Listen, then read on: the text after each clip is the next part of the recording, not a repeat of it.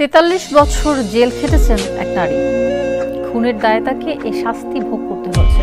তবে ৪৩ বছর পর জানা গেল তার কোনো দোষই নেই। বিনা দোষেই ৪৩ বছর ধরে কারাগারে দুর্বিষহ জীবন কাটাচ্ছেন তিনি। সম্প্রতি আদালত তাকে মুক্তির নির্দেশ দিয়েছে। ঘটনাটি ঘটেছে যুক্তরাষ্ট্রের মিসৌরি অঙ্গরাজ্যে। বিনা দোষে জেল খাটা ওই নারীর নাম সান্ড্রা হেম। তার বয়স এখন ৬৩।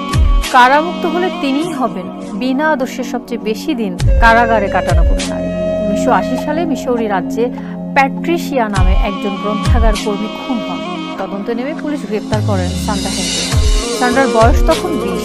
আদালতে তিনি নিজেই খুনের কথা স্বীকার করেছেন। তার স্বীকারোক্তিমূলক জবানবন্দিতেই সান্ড্রাকে আমৃত্যু কারাদণ্ড দেন আদালত। এরপর সময় গড়িয়েছে আরো অনেক।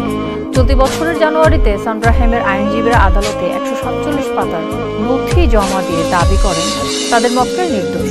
নথি পর্যালোচনা করে এবং ৩ দিনের শুনানির পরে বিচারক শুক্রবার রায় দেন সান্ড্রা নির্দোষ। ৩০ দিনের মধ্যে মুক্তি দিতে হবে তাকে।